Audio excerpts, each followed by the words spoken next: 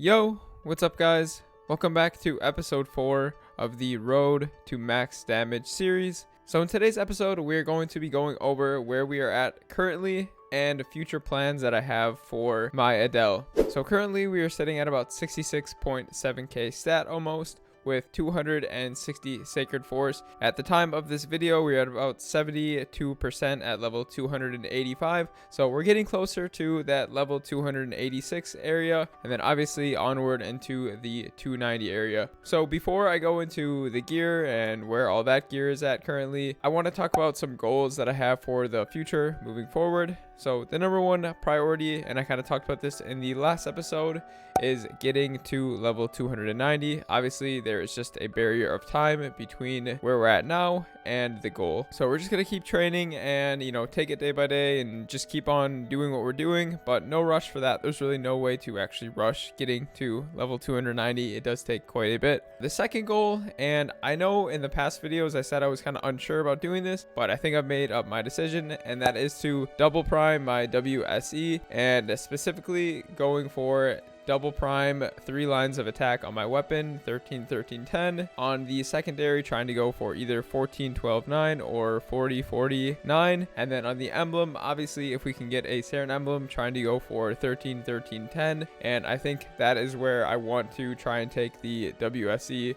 I previously did have 40 13 10 on my weapon, but it's not the most efficient to have lines of a boss on your weapon, so I did end up re-rolling it for 3 lines of attack, since it is a little bit better for Adele, since Adele does do a bit of damage off of burst and it's pretty consistent through its entire full rotation. And in terms of efficiency, you always want to have as much lines of attack on your Jenny weapon because of the 13% attack on the weapon versus the 12% attack on the secondary. So we did end up re-rolling that, and as of right now, we are sitting at about 340 bill deep on the weapon, trying to double prime it. I'm not entirely sure the exact number, but ballpark, give or take, plus or minus 30 or 40 bill. That's about where we're at.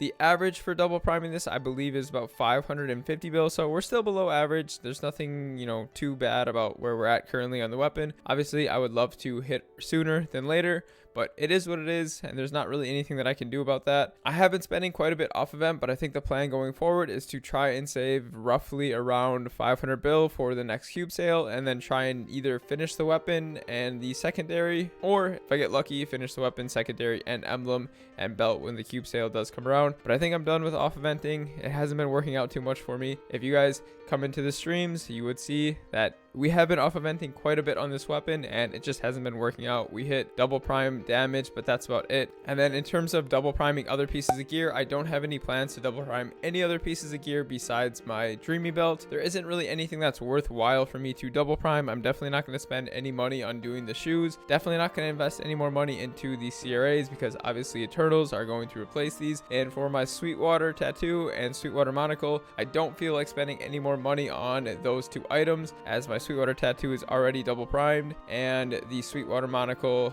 is kind of in a pitch boss waiting room, so I don't feel like spending any more money on any of those. As for flaming, I don't really feel the need that any of my current gear needs any more flaming, unless I do get any pitch boss drops that come my way in the future. But as you know, there's not really much you can do about getting pitch boss drops. It's just a waiting game and being lucky or unlucky. So currently, pitch boss waiting room right now, and whatever drops in the future, we will try and 22 cube and flame it. And then aside from working on getting to level 290 and double priming my WSE and belt, another big goal that not only myself is working on, but our entire party is trying to clear Kalos and getting that first clear to work towards the Eternal set. Currently, the practices are going really well, but as some of you know that probably do run Kalos practices, it is a bit hard scheduling sometimes around everybody's schedule, because there is 6 people that are running it, and you do need to work around everybody's schedule. But we are making progress, and that's all that matters. So super excited about that, and definitely looking forward to practicing more and getting that potential clear in the future. I definitely think within the month of July, we will clear Kalos for the first time, and then onward,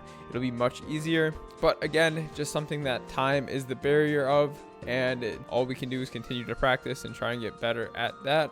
But in terms of full rotation, where I'm at currently, I know some people might be potentially curious. I am sitting at about 300 bill a second on a full rotation. I am using the 3-set pitch boss right now with the CFE and Dreambelt, so my damage setup is very, very bad currently. It is much better to use Superior Golux, earring, and belt, but since I have the earring and the belt and they're pretty much fully completed, I did just feel like wearing them. I tried to 23 my belt, and obviously it did end up booming, so I just turned my old Superior Golux earrings into Miso gear for farming in Odium. So yeah guys, that is currently where we are at in the Road to Max Damage series. Not too much has happened since the last episode, but like I said in the initial episode 1, there's not really a whole much I can do in terms of providing content in every single episode, just because there is such a big waiting game in between upgrades to make and things to do. Hopefully in the next episode, I do have a bit more things to show you guys and a bit more content to provide. But until then, we're just going to continue what we're doing and patiently working towards the goals that we have set for ourselves. But yeah guys, that is going to wrap up episode 4 of the Road to Max Damage.